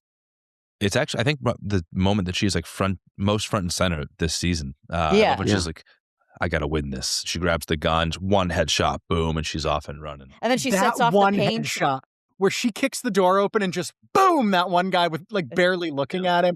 If there was like footage of me doing that, like even in a show, like even a scripted show, I would watch it maybe once a week. Like it's so badass. Her driving up in the golf cart, like she really got to have her big like hero moment in that. I loved that they actually showcased her like that because she gets to be like a background character a lot of the time. Oh yeah, yeah. Everyone gets a badass moment. Yeah, honestly, like except for maybe Jeff, he comes out the lamest of everyone. Denny's is for winners. yeah. And I just love too that they keep, you know, the pregnancy, all of it keeps reminding you that Shirley is like a mom first and all of this second. And I do kind of love that. I love the idea of just like, she's doing this because yes, she loves her fellow study group members. Yes, she has pride in her school, but also she's ready to go home. So she's just going to start headshotting motherfuckers. Yeah. Andre's at home with the baby. Yeah. Just got to get going. Yeah. Really. Forget about your stupid newborn and think about the people who need you. Yeah. So, for some reason, I remember noticing how absolutely ripped Troy was in that sequence. Yeah. You just dropped that quote. I remember seeing his really dope shoulder cuts during that moment. Shout out to Troy for that. He gets a really cool paintball headshot as well when they step out of the study room. He does. They just shoot their way out of there. Last thing on Shirley, really pulling off the Samuel L. look from Pulp Fiction. Yeah. 100%. There's also a really subtle moment where they're all just kind of idling and they're bored. And Shirley's very much like professionally like inspecting her gun, like loading the clip, checking the chamber. She's just like, you get a sense of like, this doesn't seem like your first firearm, Shirley. I also liked her take on Pulp Fiction where she was like, oh, cute movie. It's about 30 minutes. I watched it on an airplane. They talk about the Bible. That's another great joke. They share McDonald's. Is that what she says? Yeah, just like every wholesome moment was, they share McDonald's, they ride in a car, they quote the Bible. They love dancing. That's right. That's right. Yeah. Yeah, all the Pulp Fiction looks really worked for me. I mean, I suppose apart from Chang, but or I guess Pierce too. I like Pierce's asking if he's supposed to be the hero or the villain, and he's the gimp. Yeah. Why is Pierce dressed like the gimp from Pulp Fiction? Yeah, very great subtle acting moment from Danny Pudi as well when he realizes that My Dinner with Andre is fun, but there's a Pulp Fiction thing I could be doing. Check, please. Yeah. Yep. Also, shout out to Pierce and Chevy for the performance moment where he has to unzip the face mask to be heard more. Really good. Beautiful, beautiful. All right. Well, shout out to Shirley. We love you. How's Britta doing in this run of episodes, folks? Are we getting rid of Britta, or do we still love her? I'm still a big fan. Yeah. You guys warned me that she was going to become like more of a caricature, more shticky, and like she is, but I don't think any more so than the others. I think she still gets written to have her moments of humanity and of depth, but when it's not her moment, she's a pretty silly person who's really easy to poke fun at. Takes herself incredibly seriously, takes all things too seriously. But my favorite Britta moment of this batch of episodes was easily in our Valentine's Day episode. What was the name of this one? 21st Century Romanticism? I think so. Believe so, yes. Early 21st century romanticism. Yeah, this is where Britta believes she is friends with a lesbian and is giving herself so many cool points for being friends with a lesbian who also is a straight woman who thinks she's friends with a lesbian that is Britta. That's so good. Britta absolutely would take it as far as kissing that woman on the dance floor to prove her mettle. So I don't know. I love that she can be a shtick. I think that when she's being that tropey two-dimensional character that they can poke fun at. It really, really works. And then it pays dividends when it's time for her to like buck up and care about somebody so hard that she vomits and she's there to deliver Shirley's baby, right? So I think Britta's still working for me, still being given the kind of human treatment everybody else is. Yeah, or she was going to bounce a check to Kunta Kinte in order to get him to stay. Yeah, I think that's exactly it. I think season 1, they didn't think too far in front of their nose of her being kind of a romantic interest for Jeff. And then I think what we saw toward the end of season 1 and what I think they really came into their own with in season 2 is this is who Britta is. Someone who, like you said, takes herself too seriously, has a good heart, but, you know, is willing to take her own sense of coolness, her own ability to pat herself on the back way too far. I like this. She comes in and she turns off the premiere of The Cape because there's rioting in Tunisia. Yeah. By the way, Kris, did you catch the fan refrain that's revealed in this stretch of episodes? What? Abed dressed as the Cape. Oh, yes. He's told it's going to be canceled after 3 weeks. 6 seasons in a movie remains the chant from community fans. That's right. And we fought tooth and nail. Well, I say we. I was not a fan until later. But those loyal community fans fought their way to 6 seasons. And we're awaiting a movie that is perpetually, supposedly about to go into production. Got it. No, I promise you guys, I wouldn't Google around this show. Yeah. So like today, checking what season Chevy finally leaves the show was the first like sort of behind the scenes curiosity that I've been willing to indulge in because I don't want to be spoiled.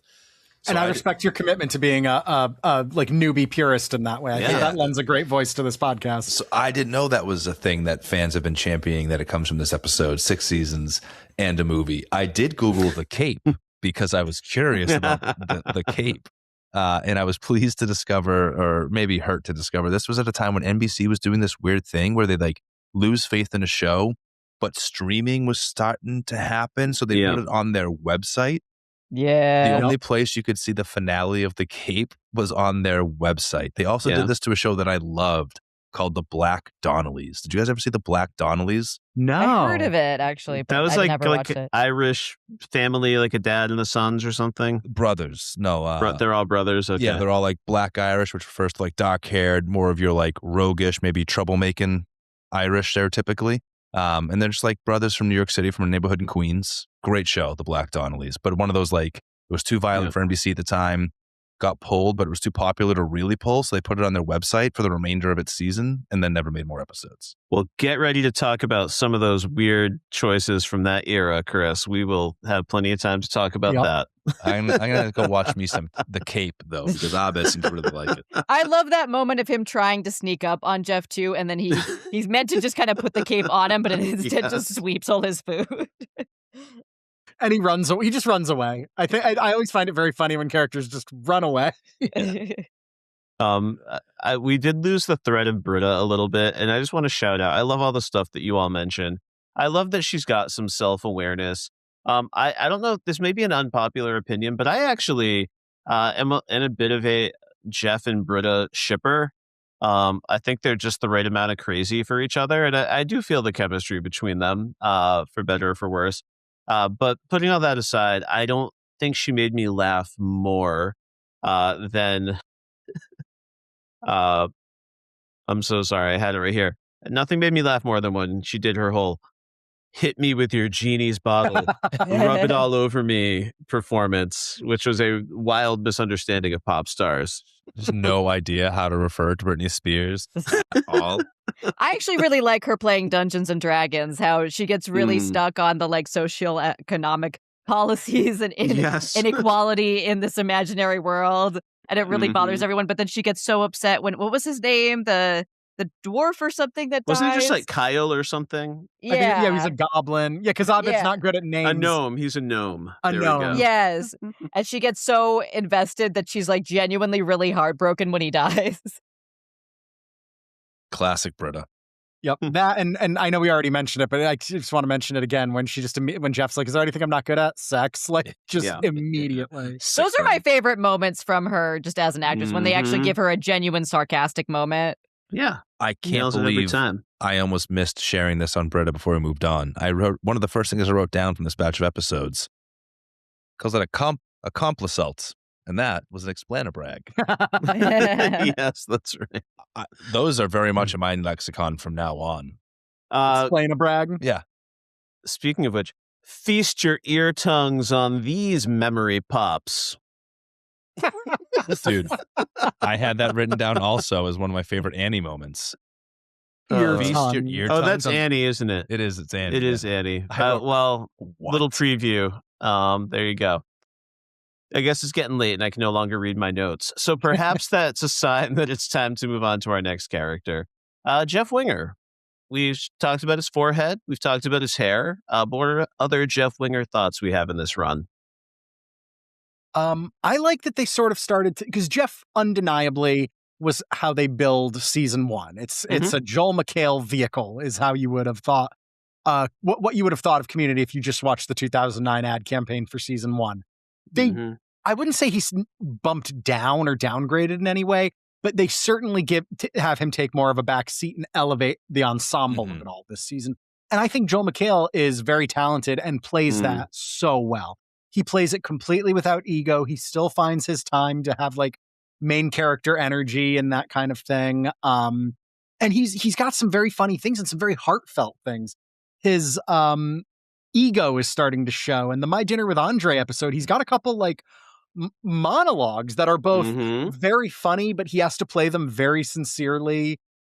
He's not like hamming it up. He's not doing like a Chevy Chase where he's looking for his moment to get the big laugh. He trusts the writing and understands the more serious I am with this, the funnier it's going to be. The more throwaway I'd say something like he's lying about not knowing who I am, the funnier it's going to be. And I think this was like a really good season for Joel McHale, in my opinion. Yeah. Improving Greendale requires time, gasoline, matches. Yeah, he is my favorite character throughout the entire run of the show, just because he does make me laugh. He has such a great, easy delivery that so many of his lines are just laugh out loud lines. Like everything he says can be funny. And Joel McHale as a person, I kind of came to Community partially because I loved him as that host of The Soup on E, because he's very funny doing that. When he had the Joel McHale show on, hosted by Joel McHale, like on Netflix. Those were only 2 seasons, but we've like rewatched them a few times because he's just so funny. And he brings that same energy, but also just the heartfeltness of him. I love in the fake clip show when they cut from each of his sum up speeches that he's doing and how each one has its own moment. Like one's on top of a train and like all of these like adventures we didn't get to have with him. But each time he's always telling everybody how much they mean to him. Like in Valentine's Day, when he asks the whole time, like he's too cool for them and like they need him so bad. And then he turns on his phone and nobody's called him. And he decides that that's the right time that he should send them all a message to let them know how much he genuinely loves them. And even reaches out gives a little extra outreach to Pierce. That's part of why he's my favorite. Cause I just think like, it's so nice that on the surface, he is such a surface level person, but he is the most caring of everybody at the end of the day. Beautiful. Yeah, I completely agree. I think that's kind of what I was getting at when it comes to Neil, right? Like, yes, it is guilt because he gave the nickname in the first place, but that like really doesn't sit well with this man. Yeah. You know, like that really isn't the kind of person he wants to be. It's not the impact he wants to have on somebody else's life if he can help it. He'd like to pretend that he's the kind of person that could do that and not care. He'd like to pretend that he could care less about that impact on somebody else's life. That just isn't who he is when it's all said and done. Yeah, one of the isn't biggest... who he is anymore, I think, is the key thing, too. Pilot episode, Jeff Winger would not have thought twice about Fat Neil sticking. Or wasn't ready to, right? Maybe he goes and he does something self-destructive like drink or sleep with women or what have you, indulge himself in his money because he wasn't ready to start facing his trouble with that kind of stuff yet. Yeah, one thing I respect the most about season 2 is this is going back to part 1. But they follow the storyline they establish in that lawyer episode where he's tempted back to the firm. And that change persists for the rest of the season, really. He never backs down from it. And there are shows that take themselves a lot more seriously that fail to hold on to their own story beats that well. So props to Community. Yep. And also shout out to the moment where the fancy waiter says, "Very good, sir," when he orders a salad. She's like, yeah, I nailed it. Very sarcastically. Like, this is so stupid. Yeah. I also love the line where Shirley says, "God bless you, not lately." Yeah. Shout out to everybody around Jeff too for this this season, like having the confidence to to shut him down a little bit, to talk a little bit of shit about Jeff. I think that some of the veneer has fallen away, and he's still somebody they admire for the things that are genuinely admirable about him, but no longer is he like the one in the group for everybody. Like they can all they know who he is now. It's been 2 years. They know what his opportunities are, what his insecurities are. They know he's no perfect guy. The bare naked ladies argument that they have, and then where they dig in so hard on the side of bare naked ladies, and he's like, "Wait, what?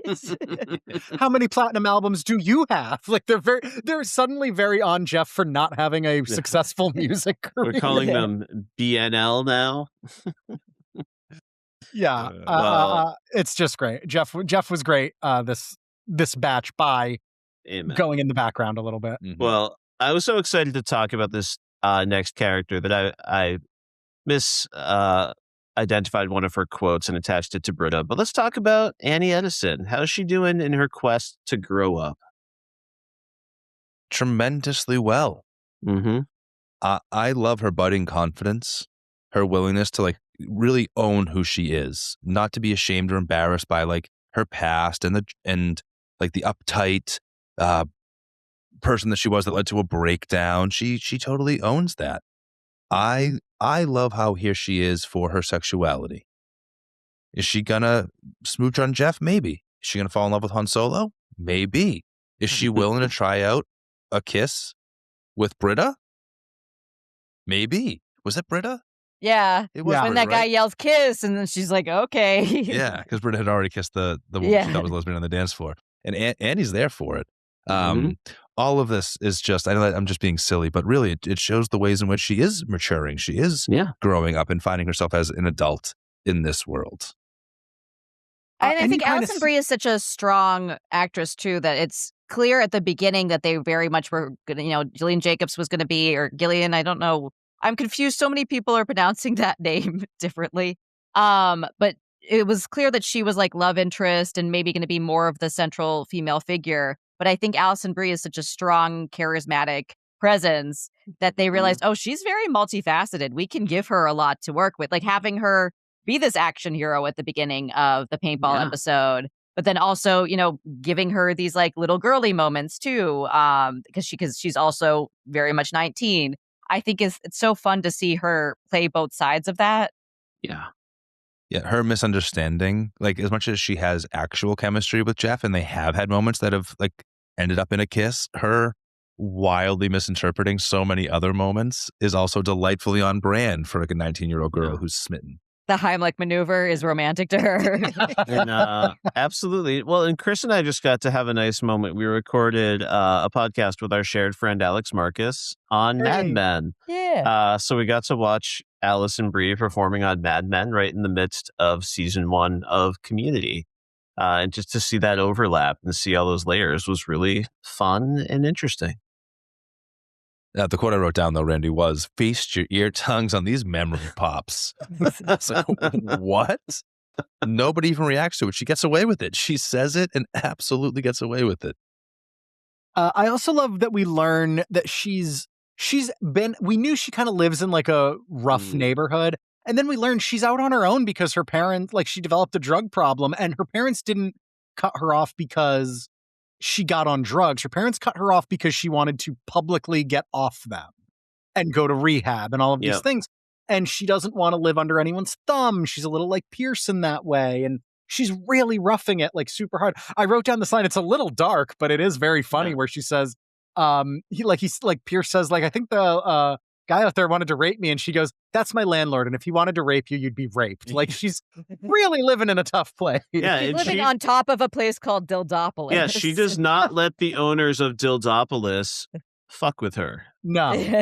And she just, there's just she's growing up in so many ways, but in such a unique way. She does not have your quintessential, bubbly valedictorian energy.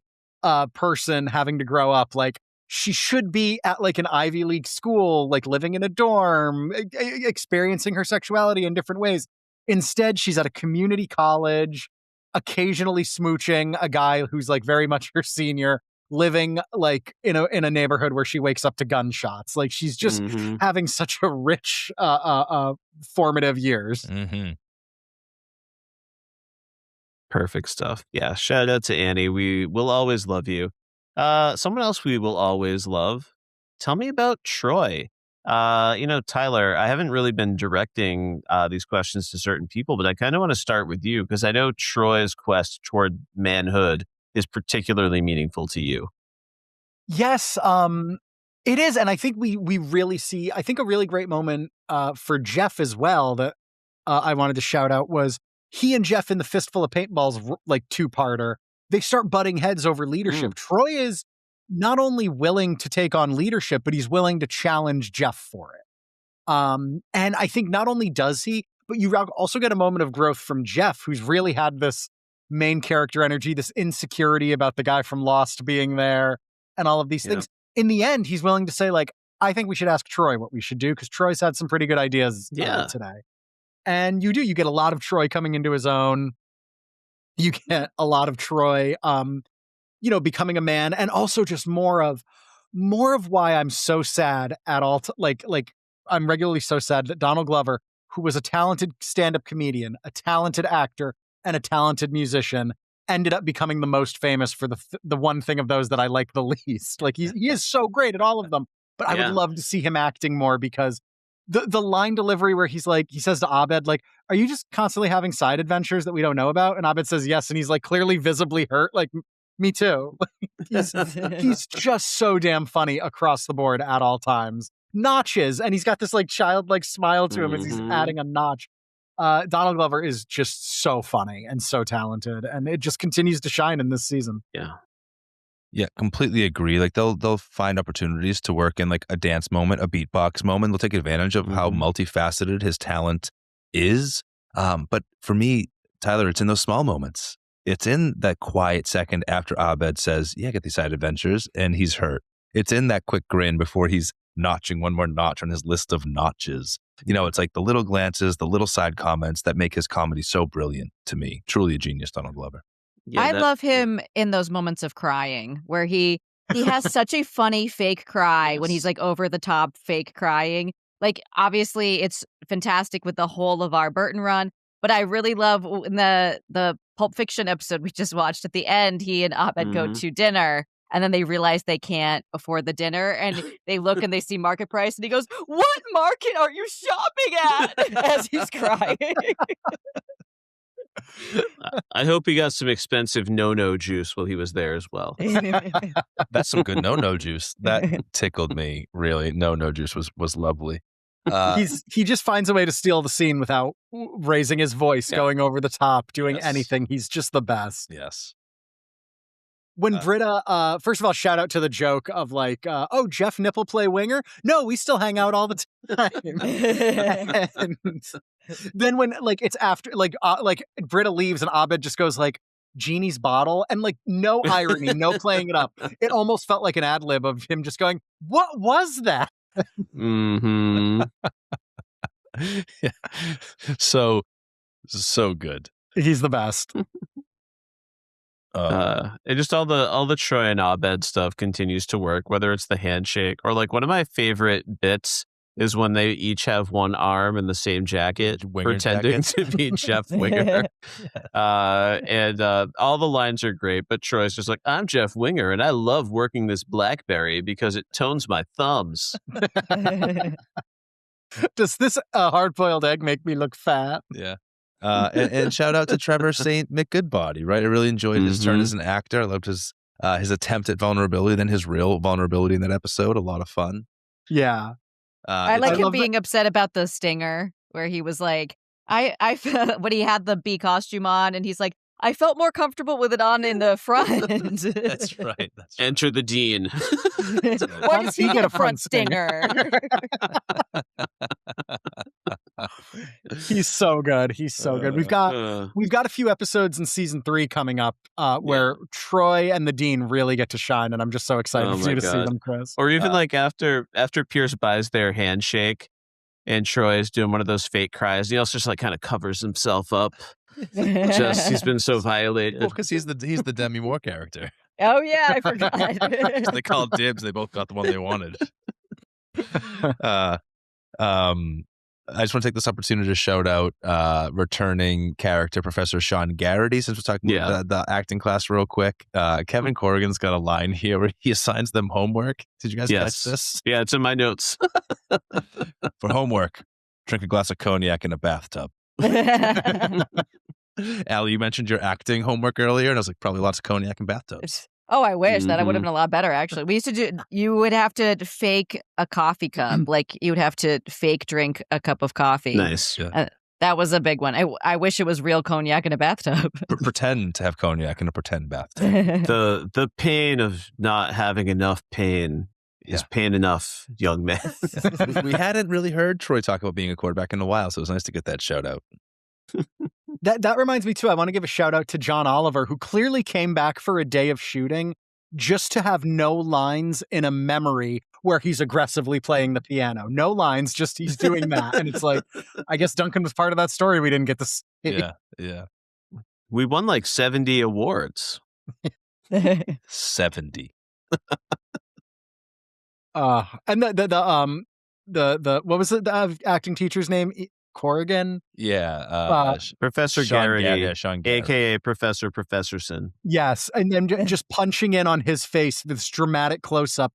But because he's talking about being an actor and not a writer, this monologue that he's giving has absolutely no substance whatsoever. Yeah.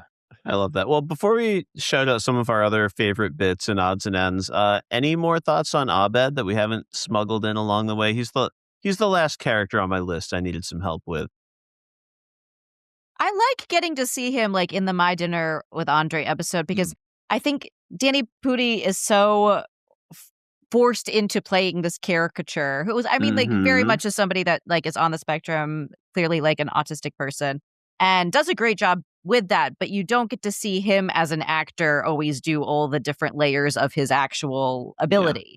So when you get to see him actually be very warm and play this like this guy who's having this dinner, who's having a deep conversation, making eye contact, giving hugs. I think it's a lot of fun getting to see him do that kind of stuff, because you don't get those colors very often. Yeah. Totally agreed. I really enjoyed watching that episode and seeing him like really fully embrace that character, which like makes Abed so interesting. That Abed, all he needs is to be able to conceptualize it in such a way that he can then transform his whole person. He can make eye contact and he can give hugs and he can order off of this crazy menu that, I don't even know what he ordered. Yeah. But to your point, like him as an actor, I was like, oh, there's like a whole person here that I can't wait to see in other stuff. I recently was on a work trip and the hotel room I was in only had Apple TV. Did you watch Mythic Quest? I watched some Mythic Quest. Yes, he's so good on Mythic Quest. I got to meet Brad Bakshi. And so I see little hints of Brad here, a little more self-serious, a little slightly more smooth talking kind of guy. And I love that for Danny. I also love there's a few moments. I really like moments where Abed is the voice of reason, or even the one finger wagging at the group. Like when Jeff is... When Jeff decides to take Britta's phone and texts what he thinks is a date on her behalf, Abed literally says, like, how can you think that was a good idea? And he says something similar to Troy later on, and he like gives like some real serious like what the fuck eyes, that kind of thing. Like, I love all of those moments, and Abed got to have a few, and I think it's been very profound for a lot of people who might share similar diagnoses to Abed, to just see what he can accomplish once he's found a whole group of people that accept him, that his, the things that made him struggle before are now his superpower. Now they're the thing that helps him see through this group's bullshit and even scold them at times for it. Yeah. Calls himself a self-aware type, and he so is. He's exactly that, and it's what makes him so lovable. That moment when Jeff is texting Britta's nephew and realizes that it's Britta's nephew from the phone. And he says, we've screwed up. Like, it's Britta's nephew. And Abed's just silent, staring at him. I really loved that. I thought that was so funny. Yeah, and then just like, screw you, Abed. Doing something awful and like attaching a we to it is like my favorite thing in the world. Yeah. There's so many times, and my wife hates this, but there'll be times where I'll just like purposely latch on to a bad opinion and be like, Allie and I agree, it's not what you want. Kris, in keeping with my tradition of sending you some information you might not have known about on the fly, did you know that despite it being an ABC series, they did give Danny Pudi a cameo in Cougar Town? Oh, I didn't. That I am dropping in our group chat now. You don't have to watch it because it's like a full scene. That's amazing. And it does not play out like Abed's story, but they very he doesn't much soil himself in the background of the. But he does. He very much is like not a good extra. Like they're having a scene about like whatever's going on in the episode of Cougar Town, but then Danny Pudi is in the background looking right down the barrel of the camera. Like, and then he gets up and runs away at the end. And they just don't explain it. It's so great. Well, I mean, Courtney nailed it. They didn't need another take. they let him do it as Abed, basically. Yes. It was a whole meta crossover moment. Yes, It's I just dropped it in the chat, and it 100%. And when people like discovered that too, because I never watched Cougar Town, so it was another thing of like early kind of virality, early things that would spread on Facebook. Watching a TV show with Facebook as a tool for the first time, it was like, oh, wow, like this episode's not quite over. There's another thing that you can watch now. Was so cool. That's cool, man. Absolutely. This is kind of an Abed/Troy thing. But in the Valentine's Day episode, they are both chasing after the librarian. And when she ultimately, like, pretty politely chooses Troy by following the rules of their game, it seemed pretty earnestly. I love how instantly turned off Troy is by the fact that she would ever call Abed weird. It's just done. She's not good enough for you, man. That was so beautiful. But I like Abed going, I am weird. Like, he's like, yeah, I am weird. That's not a weird thing. Abed was never going to give Troy a hard time about going on this date. In fact, when she says no, he very politely, like, we could all take a lesson. He very politely was like, I understand. You can have this. It was great seeing you. And then he just fucks off. It was great. It was, Yeah, he, again, I've said it before, so fully realized. In fact, I was a little concerned when he seemed to be having this crisis of character in his birthday dinner episode. Questioning. Oh, yeah. In fact, no, it was just one more further layer of exactly who he is, which is so lovely. It was a believable crisis for him, though. So the writing's so good. Certainly. But like, I understand why he's so confident. Look at him with the agent. Blondie sunglasses, The surveillance date was incredible. Yes. Him speaking into the lamp is so funny to me. Yeah. Oh my goodness. Right. Well, I think we've kind of naturally shifted into the next section of the pod here. But I mean, what are just some of these other moments that maybe didn't fit into the structure that we have to talk about before we wrap this thing up? What popped for all of you? I always take this moment to check my trusty notes because I'm always jotting them down. But honestly, with this one, it was mostly just lines from the show that really made me laugh. I think Abed as the dungeon master was very good. Yeah. I think him making this sort of like boundless world, and then when they were trying to say like, Abed, can't you fudge it so that he gets his sword back or something, and he was like, absolutely not. And that was almost heroic in its way because Neil would have seen through that. It would have been hollow. It would not have been as satisfying. And I think just showing the world what a dungeon master ought to be was a very fun thing. I know we said it, but I use my turn to pity Pierce Hawthorne was so badass. Yes. Yep. Yeah. Very. To piggyback off of that, in a less sincere moment when Annie is doing, like, having the whole sex scene and they're, playing music over it, but you can see her like very animatedly doing like things with her hands and fingers, and Abed returning it with like cupping motions and stuff. And then you see Troy pull a piece of paper, turn it over, and then start taking notes. I thought that was really funny. Okay, the elf maiden is thoroughly satisfied, and she... I spooned her for the appropriate amount of time. How long is that? That, and also I love Jeff realizing that Abed's trying to make him seduce him. And he's like, Abed, I see what you're trying to make me do, and I don't want to do this. Hang on, I wrote down the exact line. Hold on. It was Hector, where was it? He says, Abed, try and look at what you're doing and recognize that I don't want it. And he doesn't break character. He's just like, you've offended her. That was really funny. So I think that just episode that for whatever reason, the drug seminar episode, it just doesn't stick in my brain when I think about Community. But every time I go back for a rewatch, I'm struck by how freaking good that episode is. It's the best. It's Pierce being an acceptable villain. It's Pierce very much like transparently being like, he thought of a line that he thought was funny, but then Jeff got a zinger on him, and he was like, that gets a laugh, so I want to switch it so that I have the zinger and all of that. And he's pressuring Annie with his money, but also he genuinely just wants to help Annie. He doesn't understand that strings can't come attached with it. It's just a very funny episode. Yeah. And like Allie said, the whole farce of Jeff realizing that he has, as Britta, catfished her nephew and has been having very inappropriate conversations with him is so uncomfortable, but so funny. And I love their little tete-a-tete in the end where he's just like, you said some pretty weird things to your aunt. And he goes, you said some pretty weird things to a kid. And he was like, all right, fine. We're both guilty. Yeah. We'll both never speak of this. That whole episode is just, it humanizes Chang in a weird way. Yep. That episode really goes hard. Absolutely. When Annie's getting introduced by Abed and Troy for the political science, like as a candidate, Annie Edison, smart, attractive, but easily vexed. That killed me.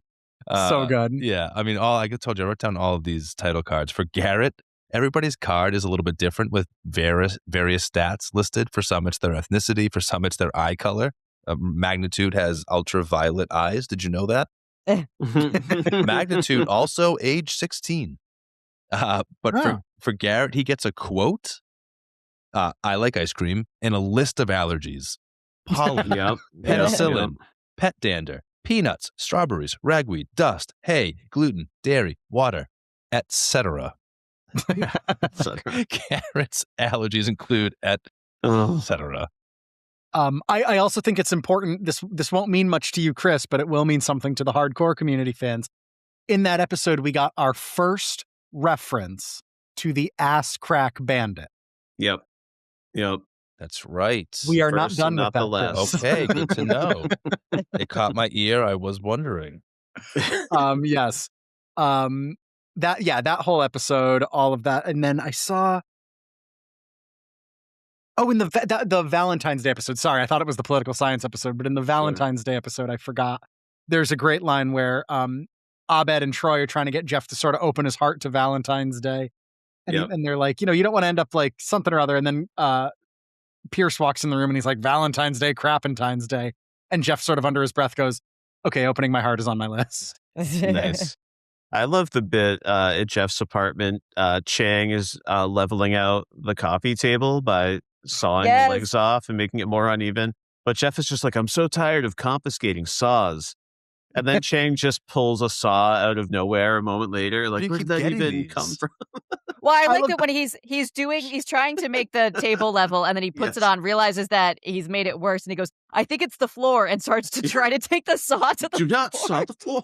I love that that's his solution. Just saw the floor somehow.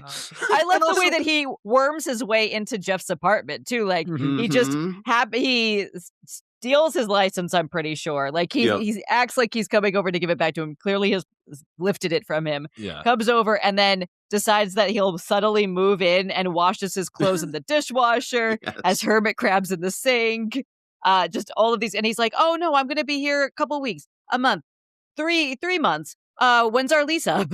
When's your lease? He's yelling at the hermit crabs when he gets kicked out. He's in the hallway screaming at them in their bag for blowing it. And then was he living in the trash chute? Because Jeff throws things away and you hear him go like, ow.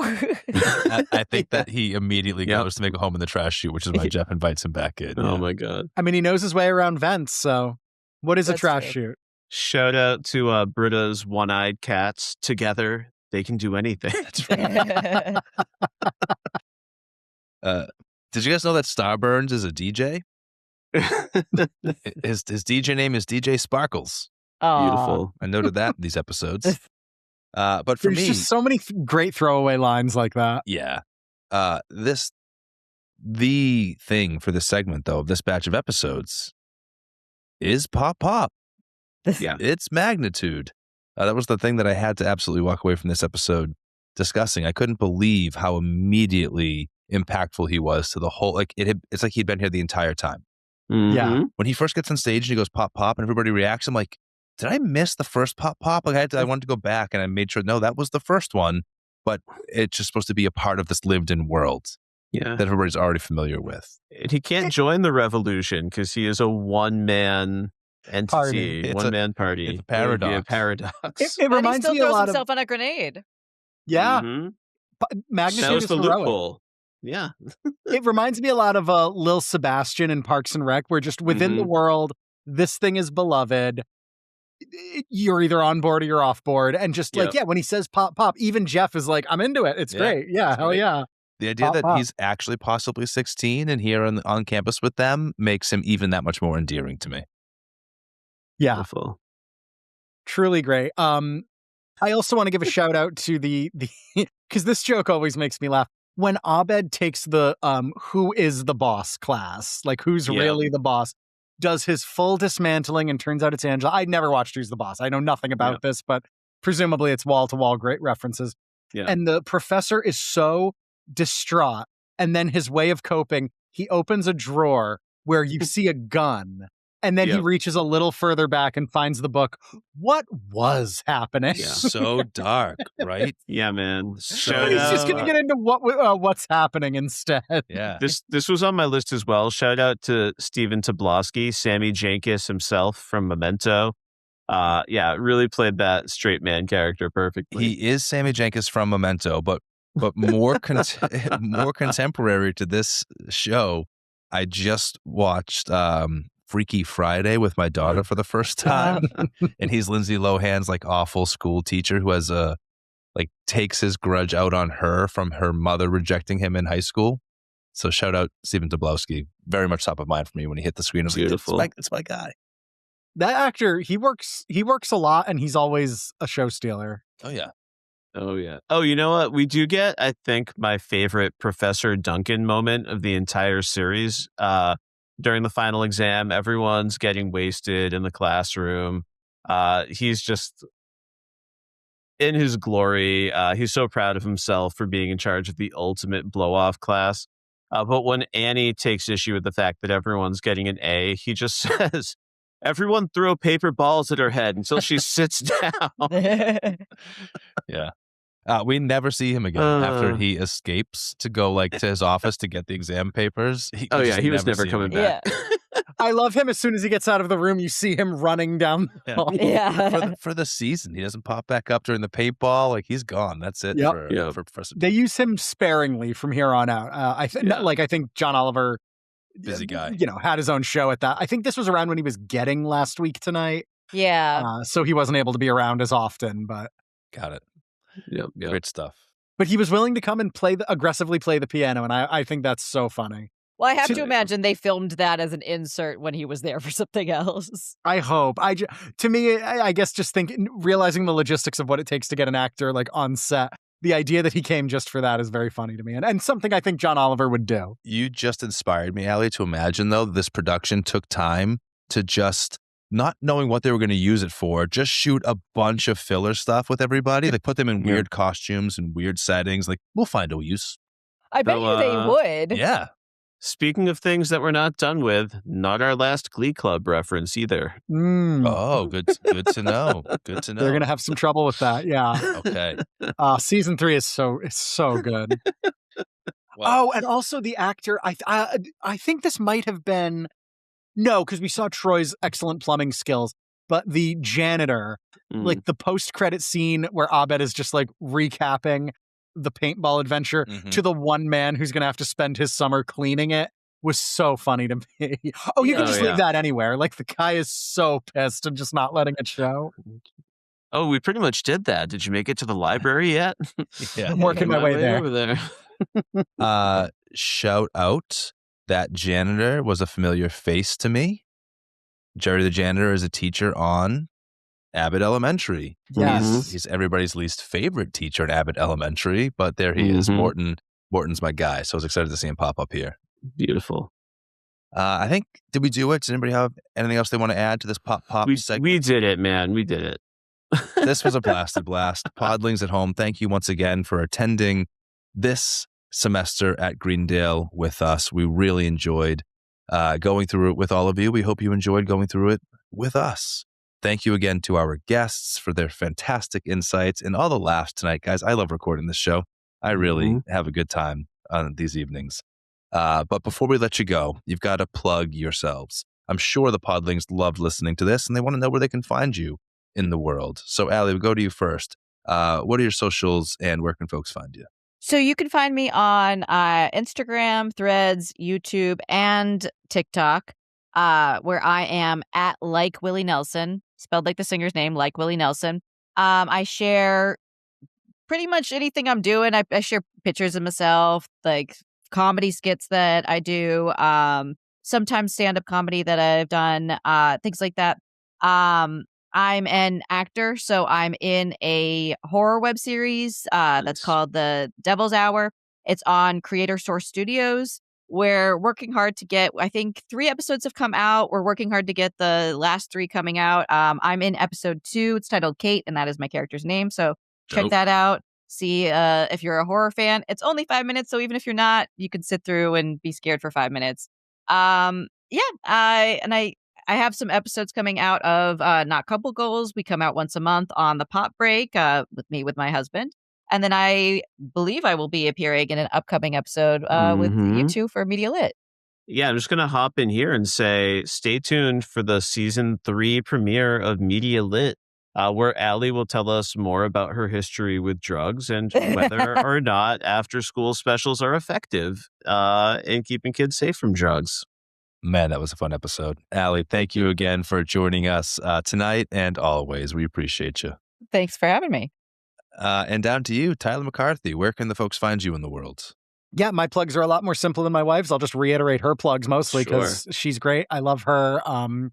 My first favorite person to podcast with, and then Kris and Randy tied for second.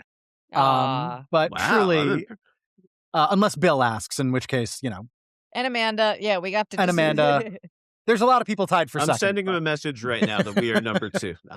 But truly, so yes, please go back. We referenced it at the top. Again, I'm really proud of the Laughing in the Dark episode of Media Lit. I think that's so much fun. I had so much fun doing it.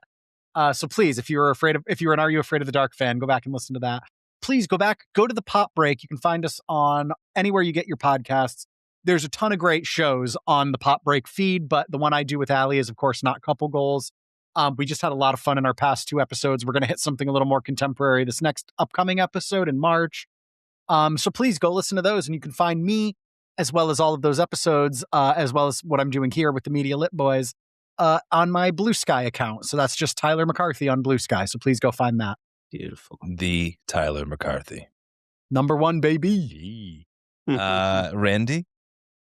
Yeah, so obviously, I would love for you to follow, subscribe, Media Lit Pod, wherever you get your podcasts, and or on YouTube. We'd love a review. And maybe the thing we'd love the most are just your thoughts at media.slash.lit@gmail.com. We want to know your community memories and thoughts. We want to know what else you'd love to hear and see us cover. And we will be honored to hear from you. Plug us into social media. We are very searchable at this point. We're easy to find. If you want to find me as well, I'm pretty shamelessly attached to all of the Media Lit social accounts, so I'm easy to find once you get there. And of course, we are all part of the Pop Break family, so you can find me over on the Pop Break on a little podcast currently called Podelay, in which we go through the full discography of my personal favorite artist, Beck Hansen. Kris Ingersoll joined Justin Mancini and myself this time around, and it has been a blast and an honor, and I feel so seen and special that these two guys were willing to go deep on my favorite artist with me. So thank you. It's an absolute blast over there with you, Randy, as always. Thank you very, very much. As for me, yeah, like Randy said, if you're looking for me, go find the pod. If you find the pod, you'll find your way to me too. I'm an actor and a voice actor, a father and a husband. I'm on all the socials. That's not true. I'm on Instagram and Blue Sky. You can find me there, but you can find this podcast on YouTube and anywhere else you find your pods. Aside from Media Lit, I'm also the co-host of the Batman by the Numbers podcast, a part of that same Pop Break family. Me and my co-host Dan Cohen go once a month on The Dark Knight. We spent 2025 talking about Superman and celebrating Batman's best pal, Clark, but this year it's all about Bruce. We're back in the Batcave, and I hope you'll join us for the ride. We do rankings and drafts. We approach The Dark Knight from just about every angle you could think of, so tune in. And as promised, we should close out this episode with a group on 3. Pop. We'll sync it up better next time for the listener, I promise. I thought that was pretty good. I was very early. You were on the Troy timing. There we Precious seconds, Jeff. We're going on 2. I'm just happy because I know exactly which part of the podcast I'm going to go to when I am building a thumbnail image for YouTube. Perfect. It's going to be our pop faces for sure. Perfect. Well, pop, podlings. Have a great night.